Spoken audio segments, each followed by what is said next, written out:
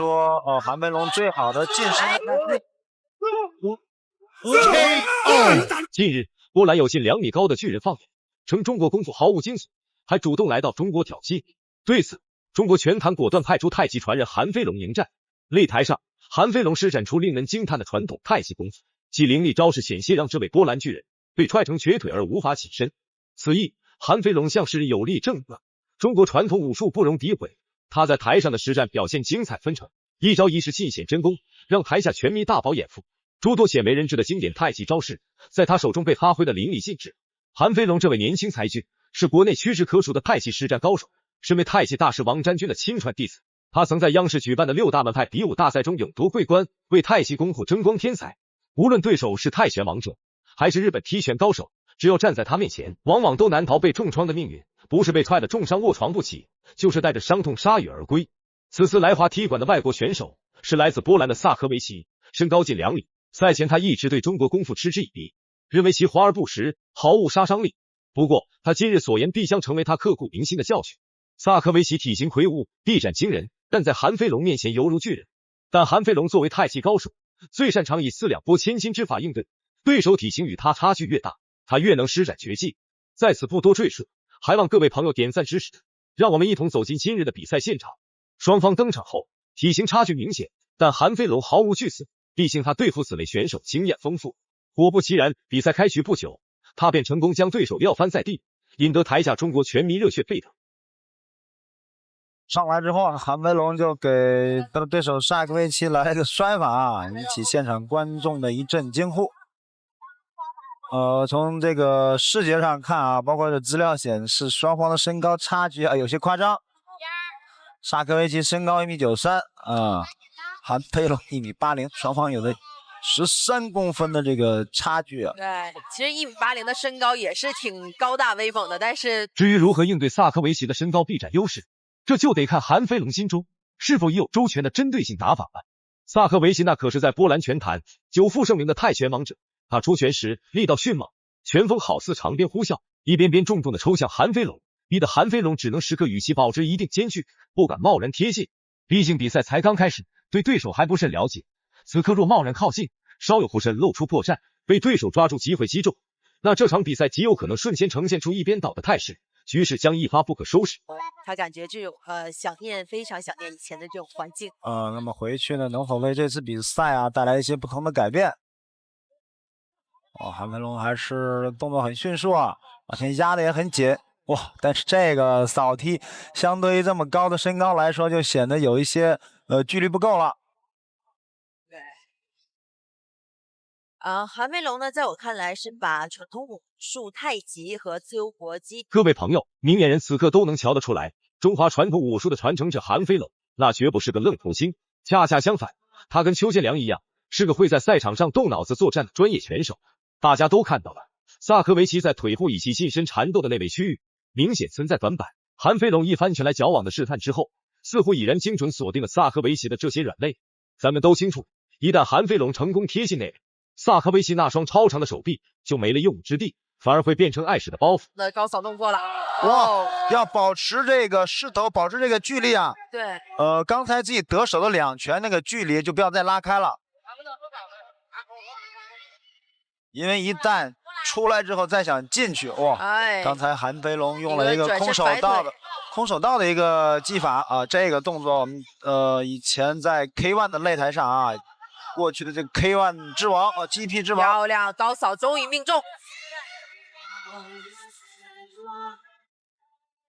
台下的女粉丝们激动不已，双手拍得通红，欢呼声此起彼伏，那场面足见韩飞龙的人气之高，粉丝阵营遍布各个群体，全民粉丝支持者数量堪称庞大。瞧这阵仗，萨科维奇直到此刻才如梦初醒，真切领略到被称作太极实战第一人的韩飞龙究竟有多厉害。这不，第2回合刚开场，韩飞龙丝毫没有拖泥带水，瞅准时机，身形一闪，利落的使出一记歇腿摔，瞬间发力，直接把萨科维奇狠狠地砸向地面，动作一气呵成，惊艳全场。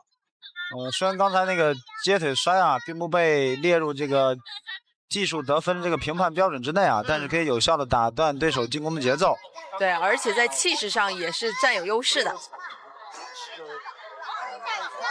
好，连续组合。这个组合拳跟得很快啊，但是每一次韩飞龙接组合拳接腿啊，那个腿总是显得萨科维奇这家伙全然不顾自身状况，一味的疯狂进攻，就像一台失控的机器。没成想这一番操作下来，体力下次开闸放水般迅速流失，明眼人都看得真切。此刻场上挨揍最狠、处境最狼狈的非他莫属。瞧他那模样，满脸长得通红，双眼圆睁，情绪已然彻底失控，脾气火爆的一塌糊涂，明摆着是恼羞成怒了。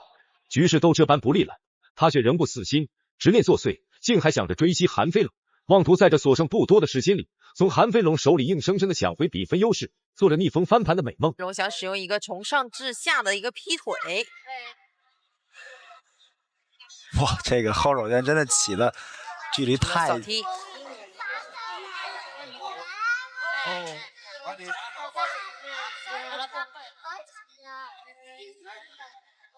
萨科维奇一直在不断的利用一些拉开动作的距离啊，跟韩飞龙保持这种安全距离。但是韩飞龙的这个进攻速度也很快，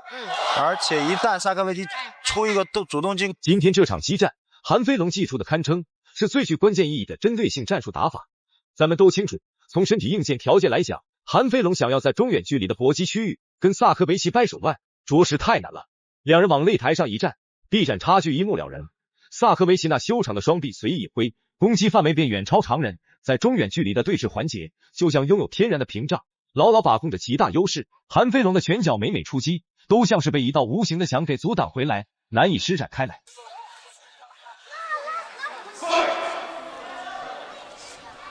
这么远的距离起上勾拳，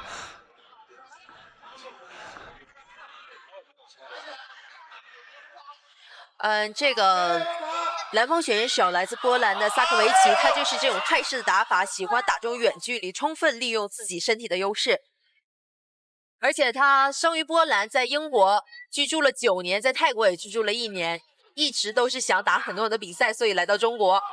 但是我们看他的这个资料显示到现在为止只打比赛的战果联想至关键的第3回合，局势已然明朗。萨科维奇全然丧失了对比赛节奏的把控大权，彻底沦为被动招架的一方。此刻的擂台仿若成了韩飞龙的个人秀场，只见他施展出一套套行云流水、令人目不暇接的太极招式，如灵动的游龙，连绵不绝地向萨科维奇席卷而去。萨科维奇深陷其中，被这股太极旋风紧紧裹挟，连招架都显得力不从心，只能在韩飞龙密不透风的攻势下艰难喘息，那模样狼狈至极。究其根源，无非是先前频繁的猛攻，让他体力严重透支，此刻身体就像灌了铅一般沉重，动作迟缓，全然没了开场时的锐气。所以这对于韩飞龙最大的考验在于他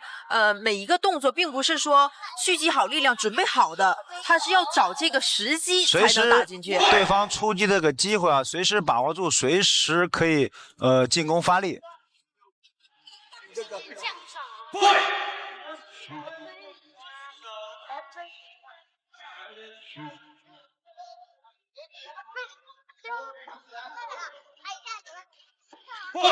就在这战况焦灼、扣人心弦的关键时刻，赛场上陡然上演了极具戏剧性的一幕。只见韩飞龙目光如电，瞬间捕捉到战机，当下便准备使出自己的拿手绝技转身后蹬，意图凭借着凌厉无比的一击，狠狠重创萨科维奇的腹部，打对手一个措手不及，进而进一步奠定比赛的优势。可谁能料到啊，这事实就是这般难料。原本在过往比赛中屡试不爽、威力惊人的转身后蹬，此刻却因为两人之间那颇为悬殊的身高差距，生生被卡住了，根本无法顺畅的施展出来。说时迟那时快，韩飞龙人在空中，招式一出，却因这意外情况，身体失去了原本预想的平衡，结果这一脚竟不偏不倚，结结实实的踢中了萨科维奇的裆部。但这个擂台上还是要保持理智的，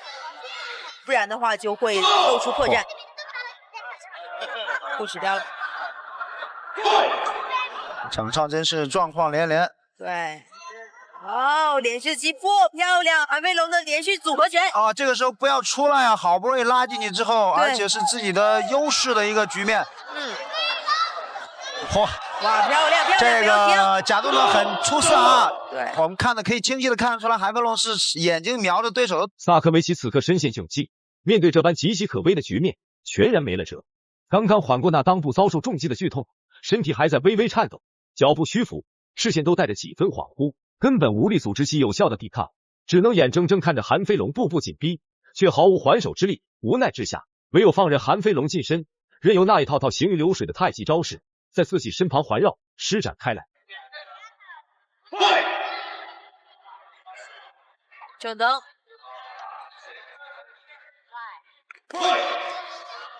这个萨科维奇在此时有点战斗意识有点削弱了。其实他这时候猛的进攻是没有问题的，